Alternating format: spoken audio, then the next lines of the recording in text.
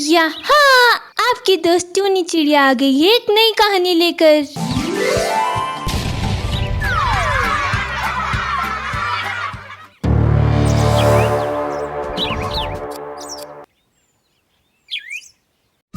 कहानी एक ऐसे जंगल की है जो हरे भरे पेड़ों से ढका हुआ था। इन्हीं पेड़ों पर अनेक प्रकार के पक्षी अपने अपने परिवार के साथ घोंसला बनाकर रहते थे। जंगल में पक्षियों की भूख प्यास मिटाने के लिए जल से भरी नदी और फल फूल से लगे पेड़ भी लगे हुए थे। यूँ तो इस जंगल के पक्षी बेहद खुश और संतुष्ट थे, लेकिन पिछले कुछ दिनों से जंगल में होती कुछ घटनाएं यहाँ के शांत वातावरण में डर पैदा कर रही थी। एक दिन की बात है, गुड्डू तोता और शीना तोती अपने घोंसले में बैठे बातें कर रहे होते हैं। देखो शीना, जल्दी ही तुम अंडे देने वाली हो।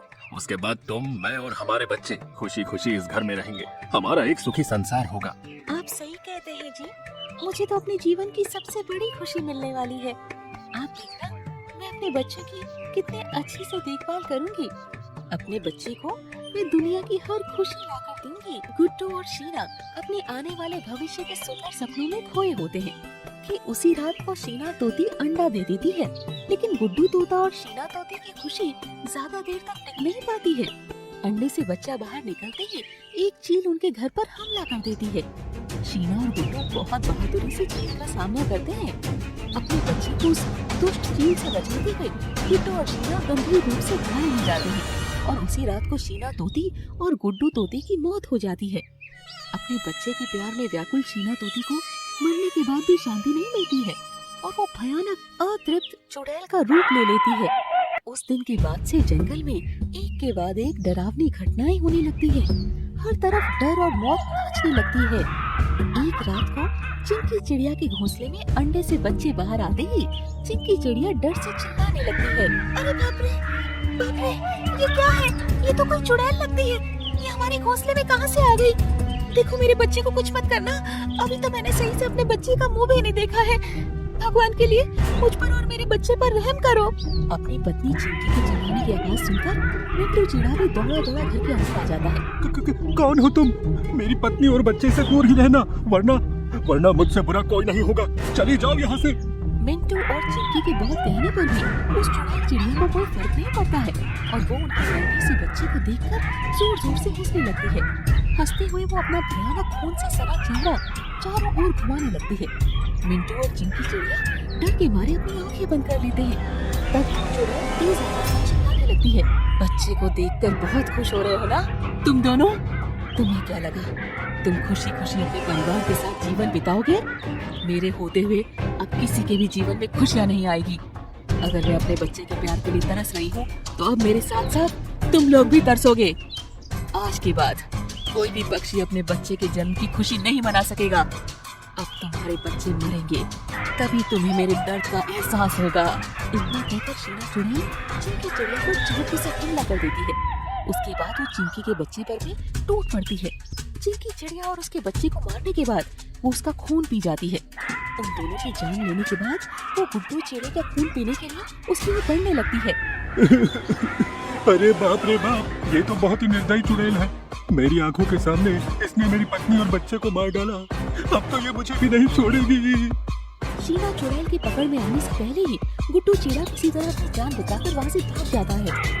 इसी तरह शीना चुड़ैल से नवजात बच्चों और उनके परिवार की निर्दयता से हत्या करके उनका खून पीने लगती है। इस तरह से जंगल में चिंटू मोर, मुन्नी कुईल और बीना कौवे के बच्चे की भी शीना चुड़ैल हत्या करके खून पी जाती है। पूरे जंगल में हाहाकार मच जाता है। एक दिन सारे पक्षी इस समस्या का हल निकालने के लिए मंजू कोयल के यहाँ इकट्ठे होते हैं। देखो पक्षियों, जंगल का माहौल इतना खराब हो गया है कि मैं तो डर के मारे अपने बच्चों को घर से बाहर ही नहीं निकलने देता हूँ। कौन जाने कब और कहां से वो शीना चुड़ैल आकर खून खराबा मचा दे। अरे, ये चुड़ैल तो बहुत ही शक्तिशाली चुड़ैल है। इसके अंदर तो दया नाम की चीज ही नहीं है। कल रात को ही मेरे पड़ोस में रहने वाली मुन्नी कोयल और उसके बच्चे का बेरहमी से खून पी गई है दुष्ट। मेरा तो डर के मारे बहुत बुरा हाल है। अब तो कुछ ही दिनों में रुनझुन तोती के अंडे से बच्चा बाहर आने वाला है। भगवान ही रक्षा करे अब उनकी तो। अगर कोई पक्षी या जानवर होता तो हम सब मिलकर कुछ हल निकाल भी सकते थे, लेकिन एक चुड़ैल माँ का सामना करने की ताकत तो किसी भी आम पक्षी में नहीं है। हम में से जो कोई भी उसके सामने जाएगा उसे अपनी जान से हाथ धोना पड़ेगा। सारे पक्षियों की बात सुनकर रुनझुन तोती की आंखें भर आती हैं।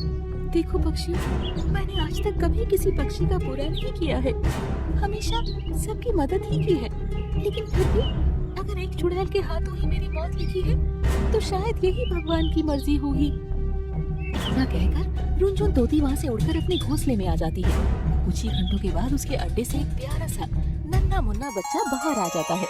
रुनझुन तोती उसे प्यार कर ही नहीं होती है कि तभी शीना चुड़ैल उसके घोंसले में आ जाती है। शीना चुड़ैल के उसके घोंसले में आते ही एकाएक मौसम बदल जाता है। बाहर से बिजली कड़कने लगती है और तेज हवाओं के चलने की आवाज सुनाई देने लगती है। रुनझुन तोती शीना चुड़ैल को अपने सामने खड़ा देखकर बहुत डर जाती है। डरना मत मेरे बच्चों, तुम दोनों तक पहुंचने से पहले इस दुष्ट चुड़ैल को तुम्हारी माँ से होकर गुजरना पड़ेगा। तुम्हें मारने से पहले इसे मुझे मारना होगा। ये खून पीने आई है तो पहले इसे तुम्हारी माँ का खून पीना होगा।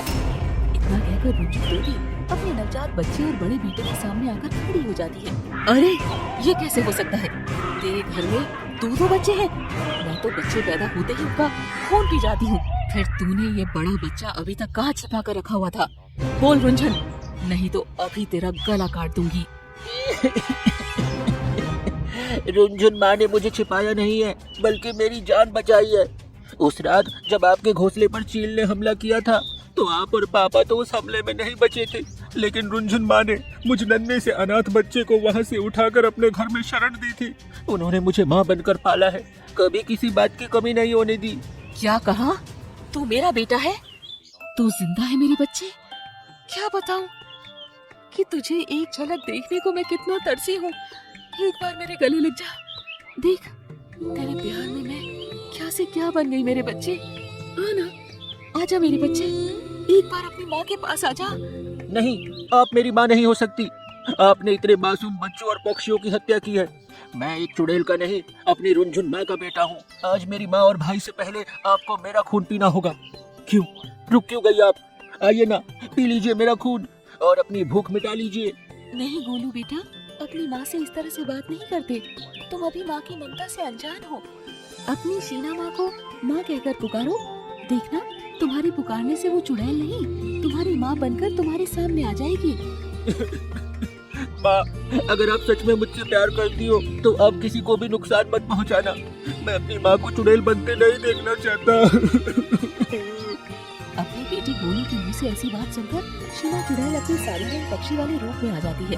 अपने बच्चे की ममता में मैं अंधी हो गई थी, सही गलत का अंतर ही भूल गई थी। मैंने न जाने कितने ही बेगुनाह पक्षियों की जान ली है। मैं जानती हूँ बेटा, मैंने जो किया उसके लिए मुझे माफी नहीं मिल सकती है। फिर भी हो सके तो इस माँ की ममता को समझने का प्रयास जरूर करना। इतना कहकर और तृप्त शीना चुड़ैल अपने बेटे गोलू के सर पर प्यार से हाथ फेरती है और एक तृप्त आत्मा बनकर हमेशा के लिए उस जंगल से चली जाती है। गोलू तोता भी अपनी चुड़ैल माँ की मुक्ति होने पर बहुत खुश होता है और फिर जंगल के सभी पक्षी पहले की तरह खुशी खुशी अपने परिवार के साथ रहने लगते हैं।